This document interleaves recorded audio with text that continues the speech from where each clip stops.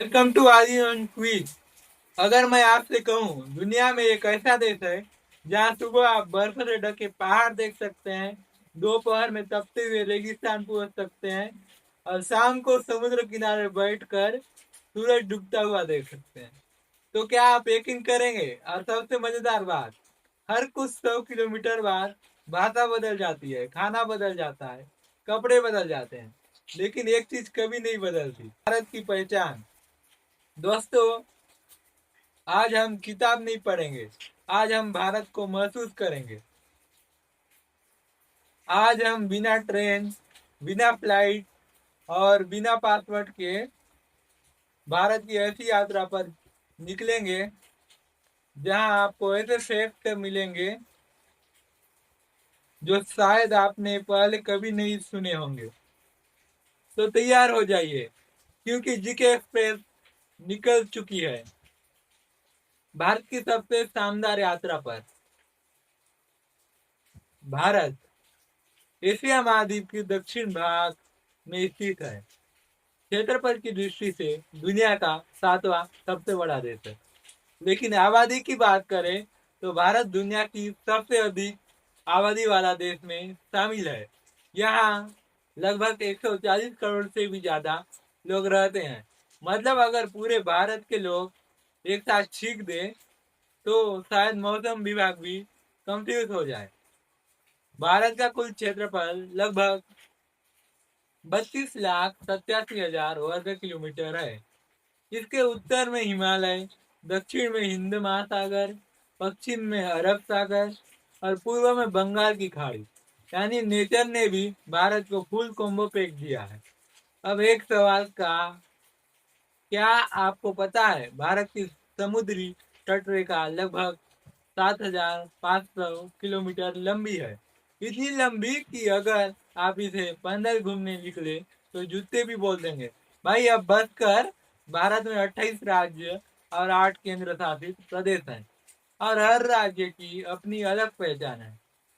पंजाब की अलग शान, राजस्थान की अलग पहचान, केरल की हरियाली, कश्मीर की खूबसूरती और गुजरात का अलग ही अंदाज। यानी एक देश लेकिन सैकड़ों संस्कृतियां। भारत के पड़ोसी देशों में पाकिस्तान, चीन, नेपाल, भूटान, म्यांमार, बांग्लादेश शामिल है। साथ में अफगानिस्तान भी है, जबकि समुद्र के रास्ते श्रृंखला और मालदीव भी भारत के पड़ोसी हैं। अब सोचिए, इतने सारे देशों के बीच होने के बावजूद भारत ने अपनी अलग पहचान बनाई है। लेकिन भारत की सबसे बड़ी ताकत क्या है? उसके पहाड़, उसकी नदियां, उसकी इतिहास या उसकी संस्कृति? इसका जवाब आपको इस वीडियो के आखिरी तक मिल जाएगा। लेकिन उससे पहले चलिए चलते हैं भारत की उस जगह जो बादलों से भी ऊंची है, हिमालय। तो चलिए, अब पहुंच चुके हैं भारत की सबसे शानदार पहचान, हिमालय पर्वतमाला के पास। हिमालय, जिसका अर्थ होता है बर्फ का घर। और सच कहें तो ये सिर्फ पहाड़ नहीं है, भारत का प्राकृतिक सुरक्षा कवच है। अगर हिमालय नहीं होता तो भारत का मौसम आज जैसा है वैसा शायद कभी ना होता। यहीं से निकलती है भारत की कई महान नदियां, जैसे जो करोड़ों लोगों को जीवन देती है। अब बात करते हैं भारत की सबसे ऊंची चोटी की, कंचनजंगा। इसकी ऊंचाई लगभग 8,586 मीटर है। इतनी ऊंची कि अगर आप वहां पहुंच जाए तो बादल भी शायद बोल दे, भाई अब हमारे घर में ही रहने का इरादा है क्या? अब चलते हैं भारत की सबसे प्रसिद्ध नदी की ओर। तो गाइस, भारत की सबसे प्रसिद्ध नदी गंगा। गंगा सिर्फ एक नदी नहीं, करोड़ों लोगों की आस्था है। इसकी शुरुआत हिमालय के गंगोत्री ग्लेशियर क्षेत्र से मानी जाती है। हजारों किलोमीटर का सफर तय करके यह बंगाल की खाड़ी में मिल जाती है। इसके अलावा यमुना, ब्रह्मपुत्र, गोदावरी, कृष्ण, कावेरी और नर्मदा नदी जैसे नदियां भारत के लिए बेहद महत्वपूर्ण है। सोचिए, अगर वे नदियां न होती तो खेती, पीने का पानी और लाखों लोगों का जीवन कितना कठिन हो जाता। यानी नदियां सिर्फ पानी नहीं, भारत की लाइफलाइन है। अब चलते हैं भारत के सबसे बड़े रेगिस्तान की ओर। तो गाइस, भारत की सबसे बड़ी रेगिस्तान है थार रेगिस्तान। मुख्य रूप से राजस्थान में फैला हुआ है। दिन में तेज धूप, रात में ठंडी हवा, मतलब मौसम भी यहाँ सरप्राइज टेस्ट लेता है। लेकिन सबसे मजेदार बात, इतना गर्म जगह होने के बावजूद यहाँ के लोग अपनी संस्कृति, लोकगीत, नृत्य, कोई नृत्य और रंग बिरंगे कपड़े के लिए पूरी दुनिया में प्रसिद्ध है। अब बात करते हैं दक्कन के पठार पर। यह भारत का सबसे बड़ा पठार है। यहाँ काली मिट्टी पाई जाती है जो कपास की खेती के लिए बहुत अच्छी मानी जाती है। मतलब जहाँ जियोग्राफी खत्म होती है वहीं से खेती की कहानी शुरू हो जाती है। अब तक हमने देखा पहाड़, नदियाँ, रेगिस्तान और पठार। लेकिन क्या आपको पता है भारत में ऐसे जंगल भी है जहाँ आज भी बाघ खुलेआम घूमते हैं। और भारत के कुछ द्वीप इतने सुंदर हैं कि उन्हें देखकर मालदीव भी याद आ जाए। तो चलिए अब बढ़ते हैं भारत के जंगलों, वन जीवों और समुद्र की ओर। तो दोस्तों, अब तक हमने हिमालय, नदियाँ और रेगिस्तान और पठार देख लिया। लेकिन भारत की असली जंगली दुनिया अभी बाकी है। चलिए सबसे पहले चलते हैं सुंदरवन की ओर। सुंदरवन दुनिया का सबसे बड़ा मैंग्रोव वन क्षेत्र माना जाता है। यह भारत और बांग्लादेश दोनों देशों में फैला हुआ है और यहीं रहता है रॉयल बंगाल टाइगर। इतना ताकतवर और शानदार कि इसे देखकर जंगल का राजा भी सोचने लगे। भाई, एंट्री तो बड़ी दमदार है। और चलते हैं असम, जहाँ काजीरंगा राष्ट्रीय उद्यान एक सिंह वाले भारतीय गेंडे के लिए पूरी दुनिया में प्रसिद्ध है। दुनिया में जितने सिंह वाले गेंडे हैं उनमें से कई बड़ी संख्या वहीं पाई जाती है। अब गुजरात चलते हैं, गिर राष्ट्रीय उद्यान। यह एशियाई शेरों का आखिरी प्राकृतिक घर माना जाता है। मतलब अगर एशियाई शेरों से मिलना है तो टिकट गुजरात का ही कटेगा। अब जरा समुद्र की ओर चलते हैं। तो गाइस, भारत के पास लगभग 7,500 किलोमीटर लंबी तट रेखा है और इसी समुद्र में बसे हैं अंडमान निकोबार, लक्षद्वीप। अंडमान निकोबार अपनी नीली लहरों, घने जंगलों और खूबसूरत समुद्र तटों के लिए प्रसिद्ध है।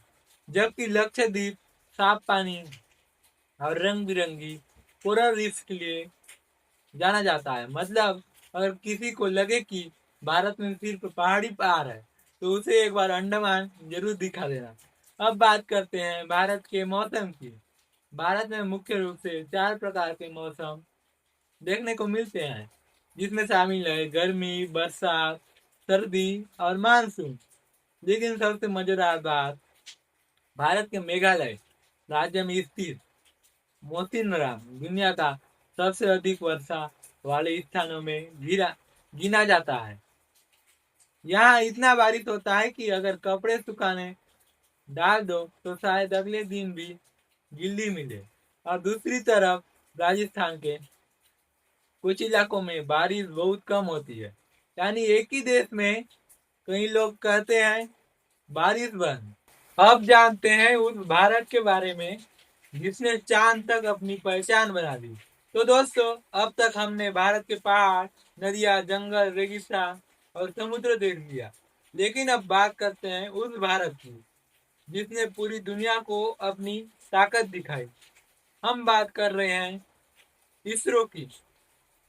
भारत का अंतरिक्ष संगठन इसरो आज दुनिया की सबसे सफल स्पेस एजेंसीज में गिना जाता है। कम खर्च में बड़े मिशन पूरे करना, यही इसकी सबसे बड़ी पहचान है। चंद्रयान मिशन ने भारत का नाम पूरी दुनिया में रोशन कर दिया। जब चंद्रयान 3 चांद के दक्षिणी ध्रुव के पास सफलतापूर्वक उतरा तो भारत ऐसा करने वाला पहला देश बन गया। सोचिए, जिस देश को कभी विकासशील कहा जाता था, आज वही भारत देश अंतरिक्ष में इतिहास लिख रहा है। अब बात करते हैं भारत की संस्कृति की।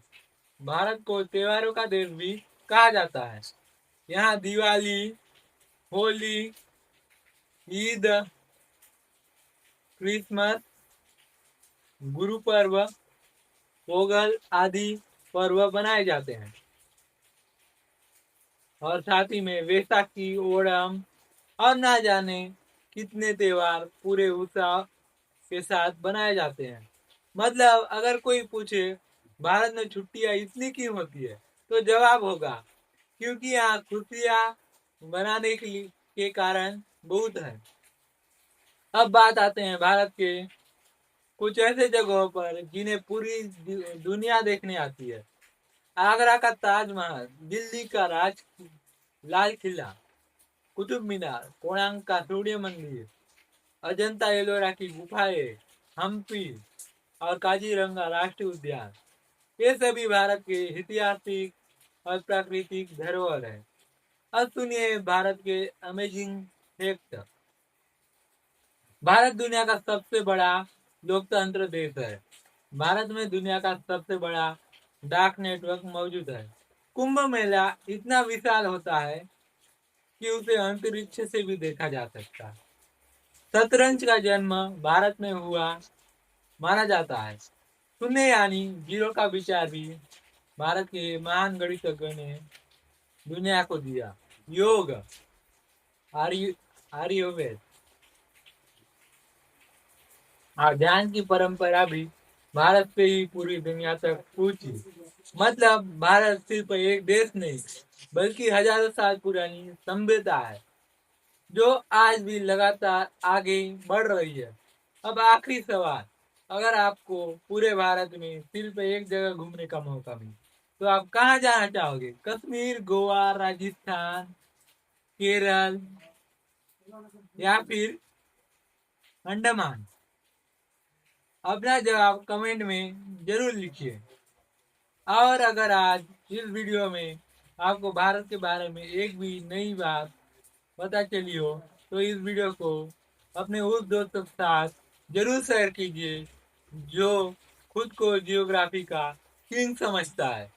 और अगर आपको पूरी 15 मिनट की यात्रा बिना स्किप किए पूरी देखी है तो कमेंट में सिर्फ एक शब्द लिखिए, जय हिंद, ताकि मुझे पता चले कि भारत को जानने वाले असली एक्सप्लोरर अभी भी मौजूद है।